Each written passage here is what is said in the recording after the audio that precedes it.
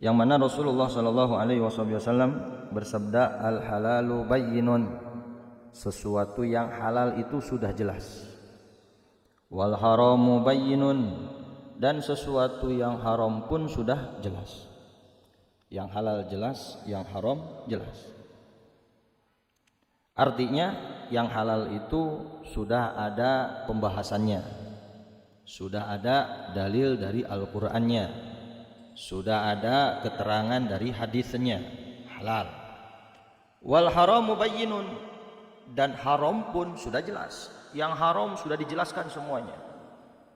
Nabi Muhammad diutus oleh Allah Subhanahu wa taala untuk menjelaskan perkara-perkara yang halal, perkara-perkara yang haram, perkara-perkara yang wajib dan perkara-perkara yang sunnah.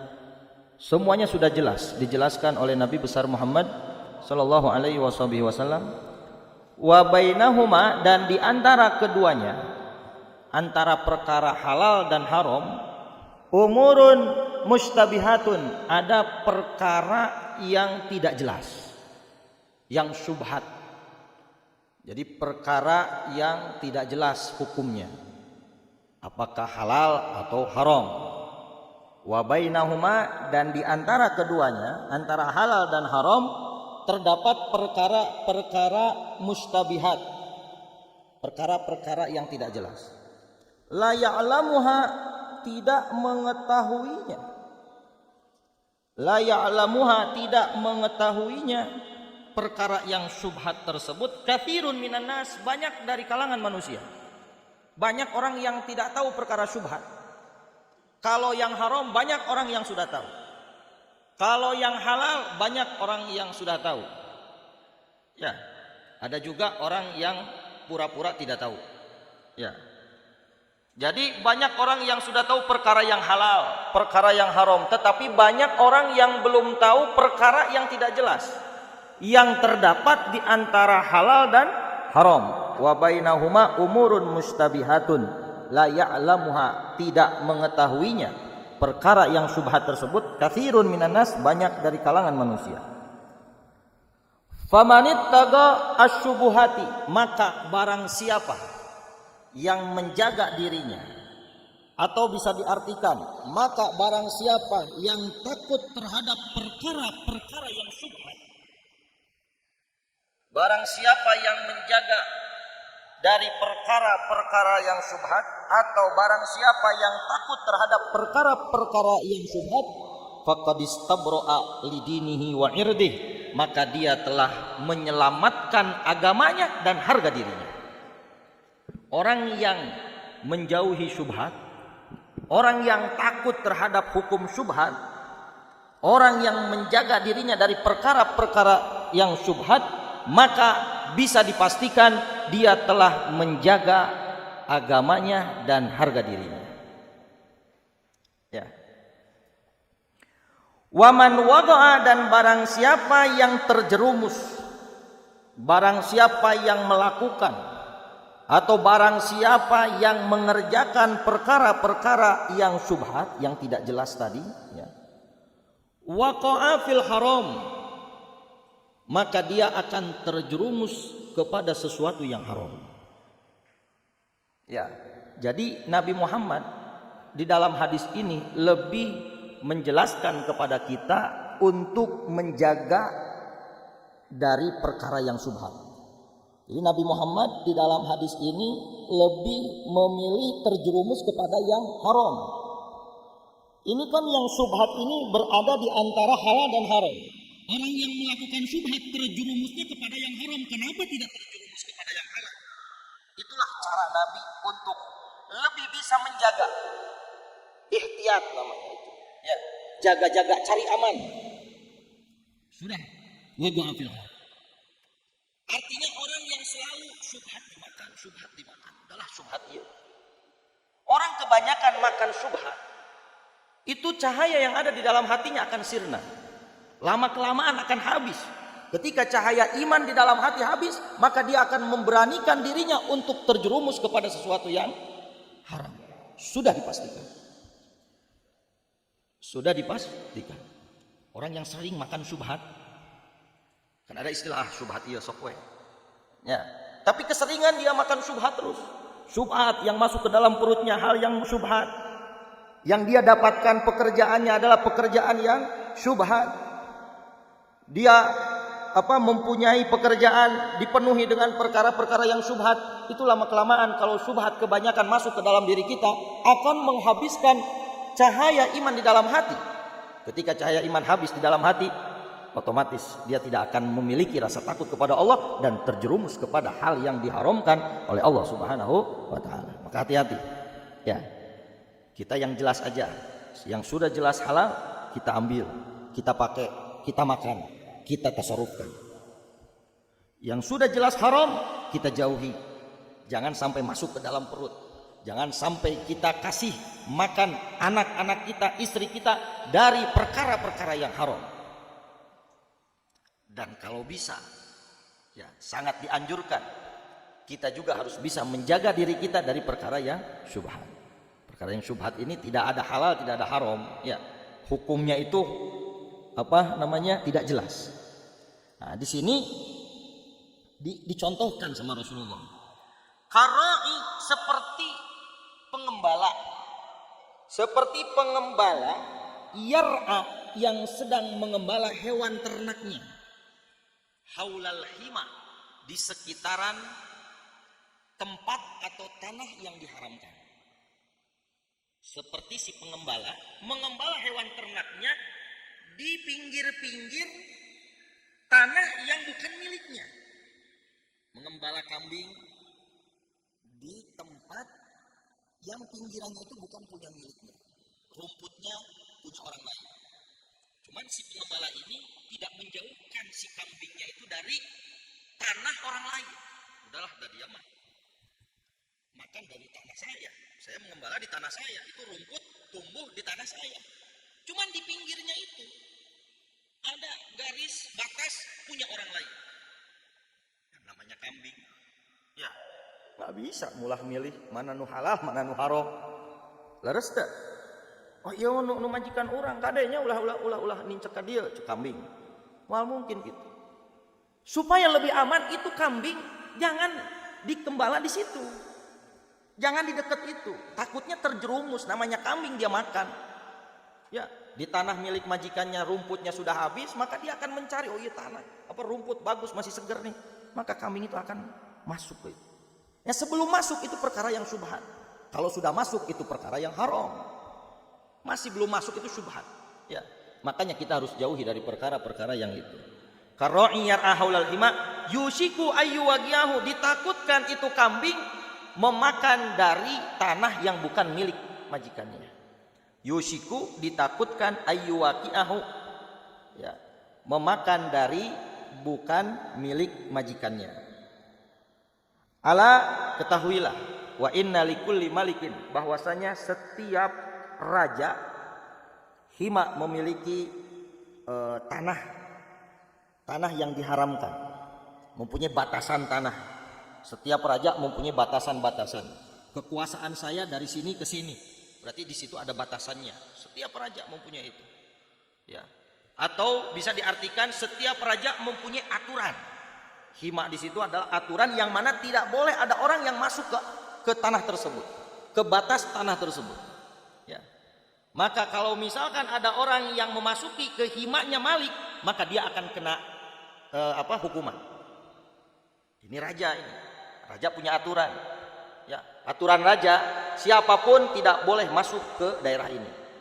Kalau misalkan ada orang yang masuk ke daerah ini, maka dia akan mendapatkan hukuman.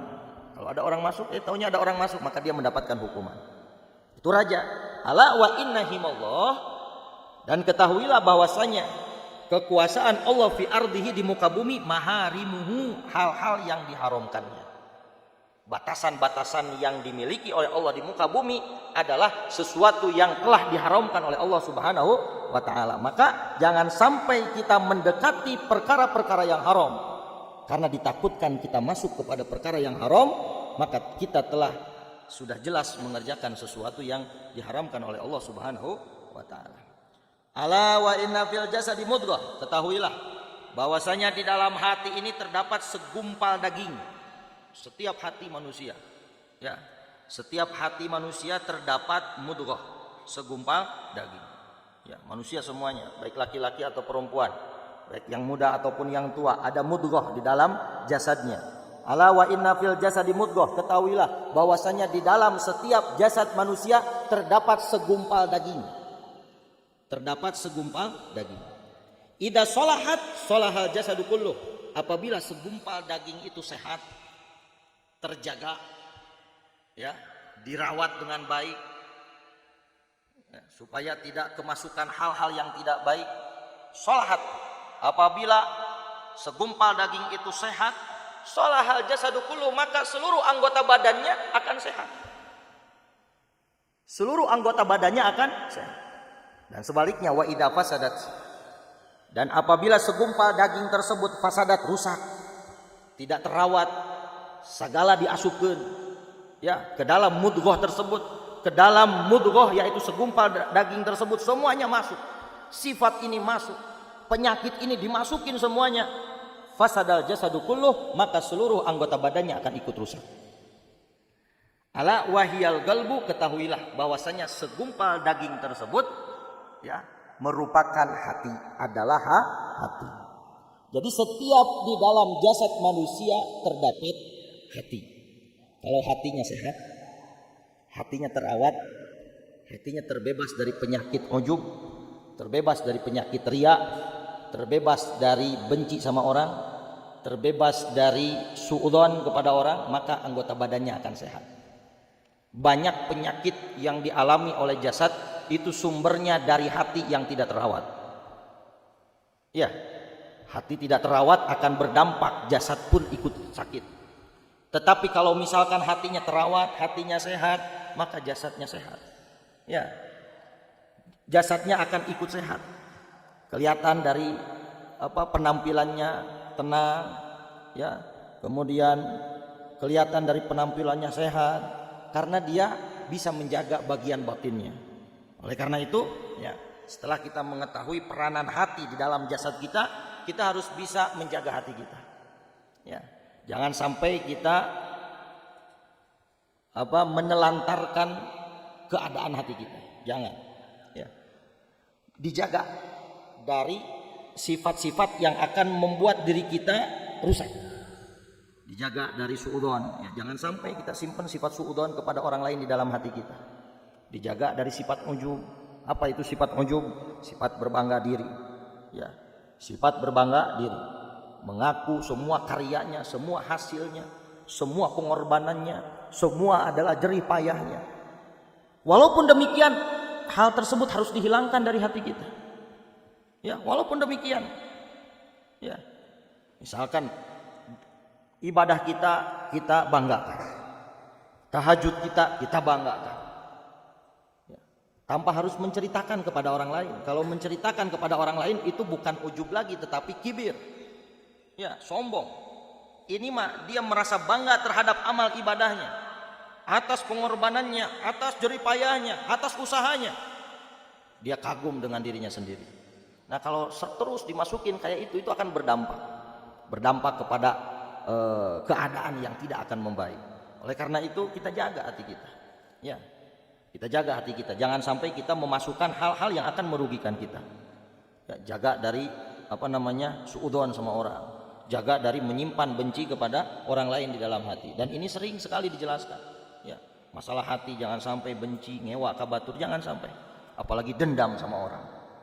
Ya, apalagi kita punya niat jahat kepada orang lain. Apalagi kita menyimpan dendam kepada orang lain. Apalagi kita berencana untuk merugikan orang lain di dalam hati. Ya, mana sholatnya, mana ibadah yang lainnya, mana majelis taklimnya.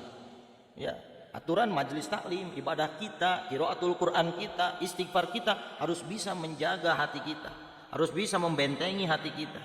Ya, jangan sholat ngewa kabatur aya wae dina hate. Sholat ujub aya wae, itu akan menghabiskan semuanya. Ya, akan sirna semuanya apa yang kita lakukan. Jadi harus dijaga benar-benar. Cari aman, cari hal yang akan bermanfaat untuk kita di dunia dan di akhirat. Ya, bukannya kita nggak tahu, tetapi kita nggak fokus, nggak konsentrasi. Ketika kita melakukannya, kita tidak ingat akan apa yang akan terjadi ke depannya. Ketika terlintas hal-hal yang jelek di dalam hati, kemudian kita ikutin, itu bukannya kita nggak tahu tahu hukumnya, tetapi kita tidak ada pikiran apa yang akan terjadi di kemudian hari gara-gara memiliki sifat tersebut. Ya, tahu kita, ujub itu tahu, kibir itu tahu. Ya, tetapi secara tidak langsung mulut kita ini refleks ingin mengucapkan. Secara tidak langsung tiba-tiba kita ini ingin menceritakan semua pengorbanannya. Ya, tanpa dia sadari itu semua pahala yang dia dapatkan itu akan hilang. Ya, oleh karena itu mari kita ambil, cari nih manfaat dari majelis taklim. Cari manfaat dari apa? Dari ibadah kita, sholat kita, qiraatul Quran kita, sholawat kita. Mana nilai positifnya dari ibadah kita yang bisa membentengi diri kita? Ya, cari itu yang harus kita cari adalah nilai-nilai kebaikan dari ibadah kita. Ya, jadikan nilai-nilai kebaikan, nilai-nilai positif yang didapatkan melalui ibadah kita di hadapan Allah Subhanahu wa taala, jadikan untuk penguat hati kita supaya tidak terancam dengan penyakit-penyakit. Ya, jadi idza fasadat fasada jasadu kulluh wa idza fasadat fasadal jasadu kulluh ala wayal qalb. Ya, di dalam hadis yang lain Rasulullah sallallahu alaihi wasallam menjelaskan, innallaha la yanzuru ila suwarikum wala ila ajsadikum walakinallaha yanzuru ila qulubikum. Nah, ini harus diterapkan di dalam diri kita ini. Ya. Sesungguhnya Allah tidak melihat kepada penampilan kita. Penampilan kita kayak apa, ya. Pakaian kita seperti apa, kita punya kendaraan seperti apa, kita punya rumah seperti apa. Nggak dipandang sama sekali sama Allah. Tidak akan menjadi patokan pandangan Allah apa yang nempel di dalam dohir kita. Nggak ngaruh. Ya, beda dengan pola pandang manusia. Manusia melihatnya kepada dohir. Nu ditinggali teh dohir penampilan. Kadang kita terkesan dengan penampilan orang. Ya, tetapi Allah tidak melihat. Ya, tidak melihat sama sekali kepada penampilan dohir kita. Akan tetapi yanzuru ila qulubikum, Allah akan selalu melihat kepada hati kalian. Ya, kita sholat bukan sorban kita yang dilihat sama Allah, bukan gamis kita yang dilihat sama Allah, bukan imamah kita yang dilihat sama Allah, tetapi hati kita yang dilihat oleh Allah.